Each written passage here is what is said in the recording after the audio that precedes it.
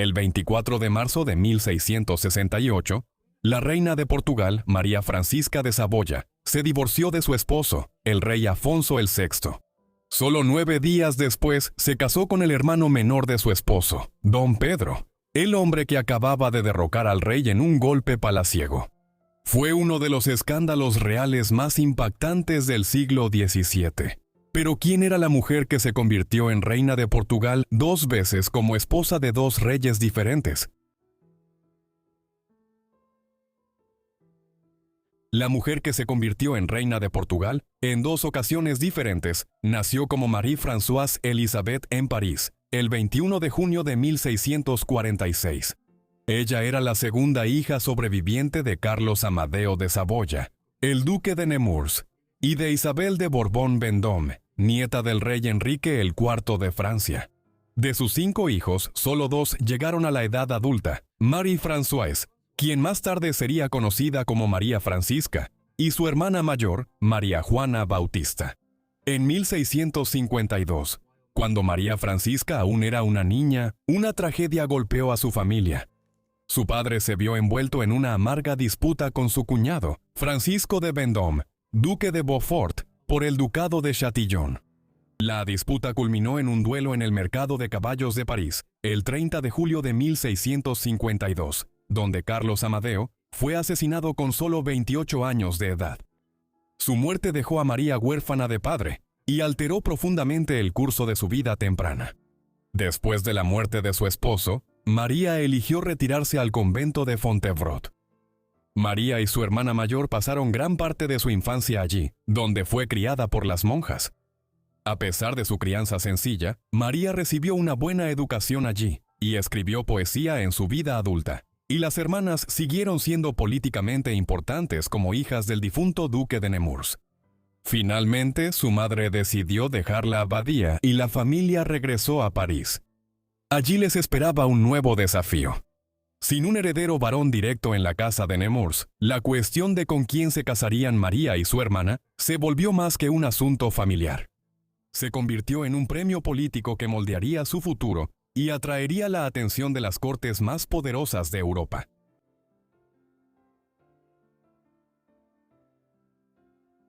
La madre de María estaba decidida a casar al menos a una de sus hijas con la alta aristocracia de Saboya, el ducado que se encontraba en la frontera entre lo que hoy es Francia e Italia. Las hermanas viajaron allí en 1659, pero las negociaciones con el duque Carlos Manuel II no avanzaron, y él terminó casándose con una prima del rey Luis XIV de Francia 4 años después. La hermana mayor de María ya estaba casada para entonces, habiéndose concretado un matrimonio con Carlos, duque de Lorena, el señor más importante de la región, a lo largo de la actual frontera entre Francia y Alemania. Curiosamente, el duque de Lorena pronto se negó a reconocer la unión, y fue anulada rápidamente. Sin embargo, un plan paralelo para casar a María con Carlos Enrique, duque de Audemont, no llegó a nada. En 1664, la madre de María murió a los 49 años, después de lo cual la responsabilidad de negociar un posible matrimonio recayó en su tío abuelo, César de Estrés, obispo de Laon y futuro cardenal. Pronto despertó el interés de la corte portuguesa, donde el rey desde 1656, Afonso VI, que era solo 3 años mayor que María, seguía soltero. Sin embargo, para los portugueses, María Francisca no era su primera opción. El marqués de Sade había sido enviado antes para negociar la mano de Mademoiselle de Montpensier, prima de Luis XIV, quien rechazó la propuesta. Fue solo entonces, después de más discusiones a mediados de la década de 1660, que María fue seleccionada para ser la futura esposa de Afonso VI. El tratado de matrimonio de María se firmó en París el 24 de febrero de 1666. Las condiciones le eran favorables. Ella proporcionaría una dote de 600.000 escudos, que fue fijada deliberadamente alta, para significar la distinción de las casas de Nemours y Vendôme en relación con la corona portuguesa. Pero la dote podría recuperarse si el matrimonio terminaba, y se le prometió una vasta cantidad de tierras en Portugal para su uso a cambio de la dote. Estas serían heredadas tras la muerte de su suegra, doña Luisa de Gusmão, mientras que, en el ínterin, recibiría una asignación anual del gobierno portugués para el mantenimiento de su casa en Lisboa. Con esto acordado, se celebró un matrimonio por poderes en La Rochelle el 27 de junio de 1666. María entonces zarpó hacia Portugal, llegando a Junqueira el 9 de agosto de 1666. Fue recibida por el conde de Castelo Melor y escoltada al Palacio de Alcántara, donde el rey Afonso VI y la corte real la esperaban. La pareja se casó más tarde ese día en la iglesia del convento flamenco de la ciudad. María tenía 20 años, mientras que Afonso tenía 23. Los relatos contemporáneos destacaron la belleza de la joven reina, pero según algunas fuentes, el rey abandonó abruptamente a su esposa durante el banquete de bodas, una señal ominosa de que este matrimonio real tenía problemas desde el principio.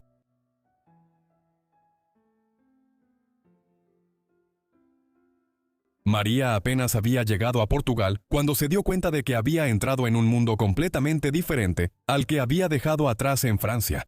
Pero el mayor impacto no fue el país en sí. Fue el hombre con el que acababa de casarse.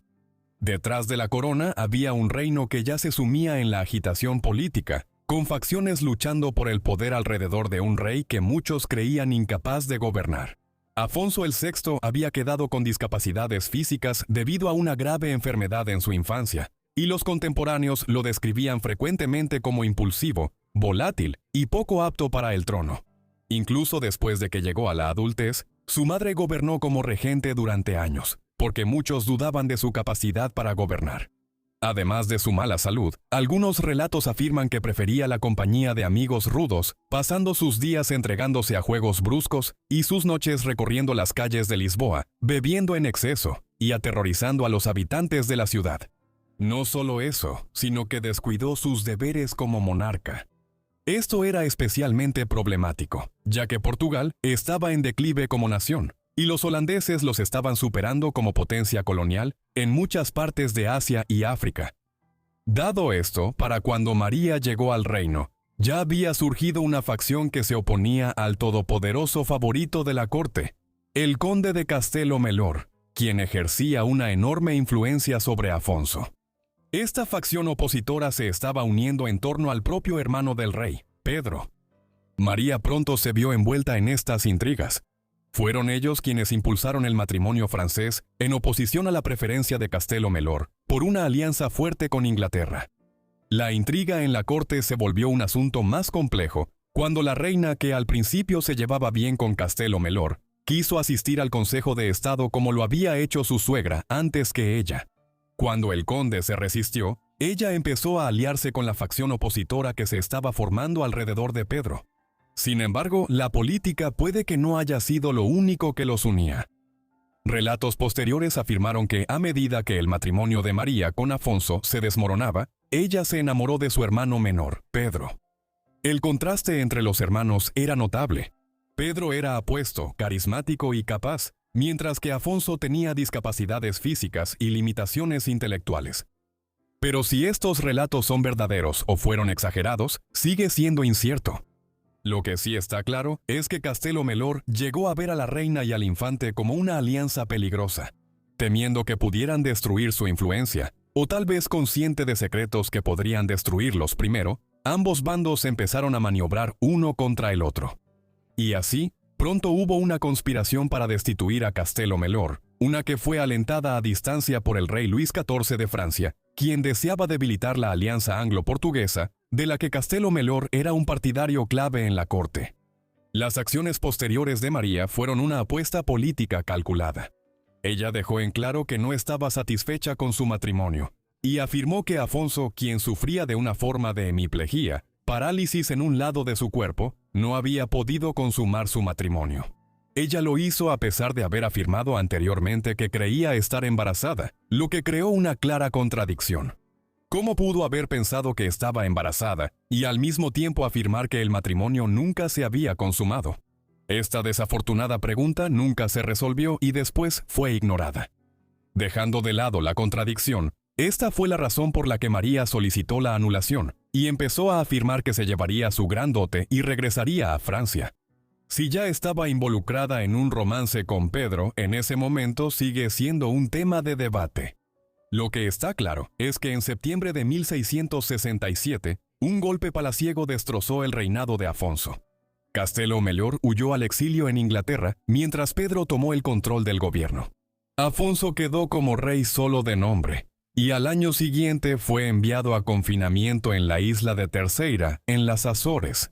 Despojado de toda autoridad efectiva, pasó años bajo vigilancia mientras Pedro gobernaba Portugal como príncipe regente. Aunque tuvo el poder desde 1667, Pedro no se convertiría oficialmente en rey hasta 16 años después. El 24 de marzo de 1668, María obtuvo una anulación por la impotencia perpetua de Afonso, que la Iglesia declaró incurable, y por lo tanto suficiente para disolver el matrimonio. Fue un juicio público humillante contra el rey. Pero un escándalo aún mayor estaba por venir. Pocos días después, María se casó con su antiguo cuñado, don Pedro, el hombre que ahora gobernaba Portugal de facto. De la noche a la mañana, la exreina se convirtió en la esposa del nuevo poder tras el trono del reino, sellando una de las uniones reales más extraordinarias y controvertidas en la historia europea.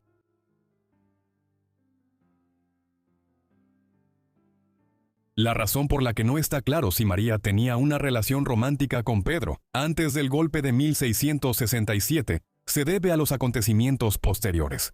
María continuó expresando su deseo de dejar Portugal con su dote y regresar a su hogar en Francia, incluso después de que Pedro tomara el poder. Contrario a sus deseos, parece que el nuevo gobierno pudo haberla presionado para quedarse y casarse con Pedro después de que se le concediera la anulación. Esto era para asegurar que su dote permaneciera en manos del gobierno en un momento de dificultades financieras en Portugal, mientras que el nuevo gobierno mantenía algunos lazos reales con Francia y Saboya al hacerlo. Como resultado, el 2 de abril de 1668, solo 9 días después de que se le concediera la anulación, María se casó con Pedro. La ex reina quedó embarazada casi de inmediato, y el 6 de enero de 1669 dio a luz a una hija, Isabel Luisa Josefa, para quien el rey Luis XIV de Francia fue padrino por poder. A pesar de la destitución efectiva del rey, este seguía siendo un tiempo políticamente precario, en el que el nacimiento ayudó enormemente a María y Pedro durante los primeros años de su gobierno. Como se mencionó, Afonso era un prisionero, pero la pretensión de Pedro de gobernar como regente seguía teniendo bases endebles. Al tener descendencia, Pedro pudo señalar a un posible heredero en caso de que algún día se convirtiera en rey, mientras que los rumores sobre la impotencia de Afonso significaban que incluso si era liberado y se le permitía volver a casarse, no tendría hijos propios. Sin embargo, la joven Isabel sería su única descendiente. María volvió a quedar embarazada en 1670, pero tuvo un aborto espontáneo en diciembre después de viajar imprudentemente para confrontar a su esposo por una supuesta aventura, mientras estaba muy embarazada. Después de eso, ya no pudo volver a concebir. Gran parte del resto de la vida de María se centró en la crianza de su hija y en conversaciones sobre con quién podría casarse algún día, aunque irónicamente, a pesar de haber tenido hasta 17 pretendientes diferentes a lo largo de los años, nunca se casó con nadie. Las negociaciones durante la vida de María se centraron en la posibilidad de casarla con nobles como el duque de Anjou en Francia o el príncipe de Parma en Italia.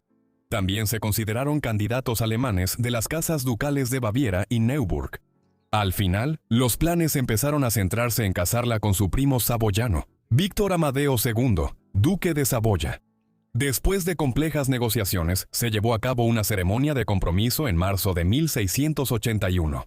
Sin embargo, en el último minuto, las negociaciones colapsaron cuando el gobierno de Saboya se volvió cauteloso ante la posibilidad de que el duque tuviera que irse a vivir a Lisboa, lo que podría significar que el ducado de Saboya quedara absorbido por la corona portugués a largo plazo. Así que Isabel finalmente permanecería soltera, llegando a ser conocida desde entonces como la prometida eterna.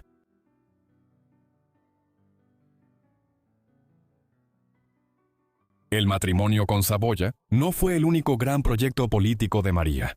Entre 1672 y 1674, por ejemplo, ella trabajó contra la resistencia española para asegurar el reconocimiento papal de su segundo esposo como gobernante de Portugal.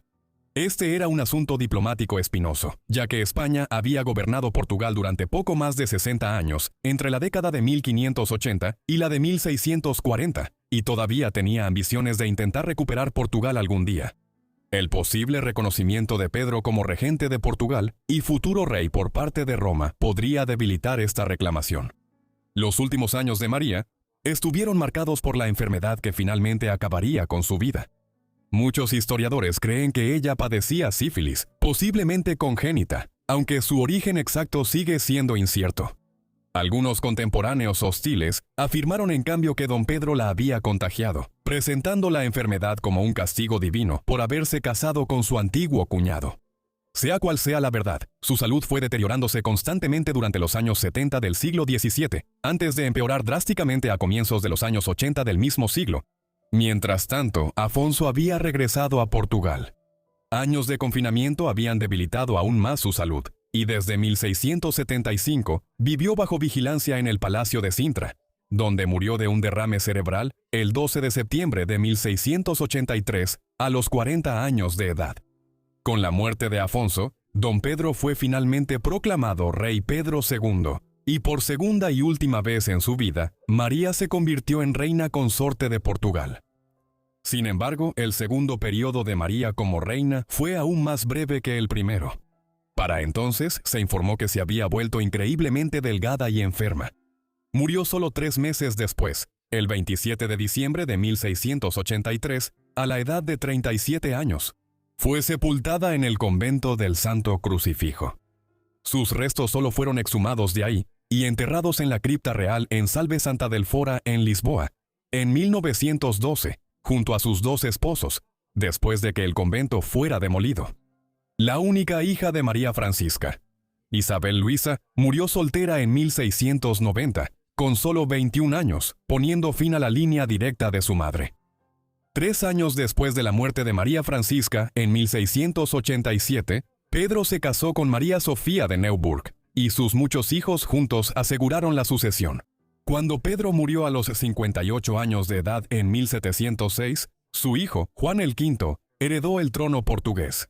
A pesar de los giros de su vida extraordinaria, María Francisca dejó un legado como ningún otro. Ella sigue siendo la única mujer en la historia de Portugal que fue coronada reina como esposa de 2 reyes diferentes y, de manera notable, una de las pocas mujeres conocidas en la historia que se casó con 2 hermanos que ambos llegaron a ser reyes. Muchas gracias a todos por ver este video sobre María Francisca de Saboya. Espero que les haya parecido interesante. Déjenme saber qué les pareció la vida de María Francisca abajo en los comentarios. Y si quieren más sobre la realeza o la realeza portuguesa, también háganmelo saber en los comentarios. Espero que estén suscritos y tengan las notificaciones activadas para recibir todos mis videos en cuanto los suba. De todos modos, eso es todo de mi parte. Así que los veré a todos en la próxima entrega de Forgotten Lives. Gracias.